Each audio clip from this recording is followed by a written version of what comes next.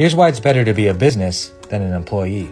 The employee makes $100 by working hourly. The business makes $100 from making an online sale. Before the employee gets his money, taxes have to be taken out. The business, however, gets to spend that whole $100 on all kinds of expenses. They get to reinvest by taking write-offs. After taxes, the employee gets $80. After expenses, the business still has $20. It's not over yet. The employee still has to pay for their expenses. The business has to pay taxes. At the very end, they're both left with $16 in profits. The employee only got to spend $64 on expenses and had to pay $20 worth of taxes. The business got to spend a whopping $80 on expenses and only had to pay $4 in taxes.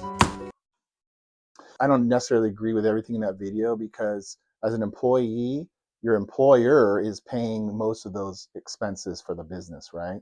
So the employee doesn't have to pay everything they would if they were self-employed. They would actually make that $80 or whatever the example was as an employee, but then personal expenses, they'd have to pay out of that. So business, yeah, if you have expenses as a business owner, definitely that reduces your taxable income, but it also reduces your income as the business owner, right? So instead of that 80, you're making 20. So you still made less. Obviously, you're going to pay less taxes, but you still have your personal expenses to pay out of that. So it's a little misleading. There are some ways to have the business pay for some personal type expenses. Like if you use your vehicle for business, you can write off a portion of that business use against your business, which lowers your tax. So that's good. As an employee, you wouldn't be able to do that unless your employer reimbursed you.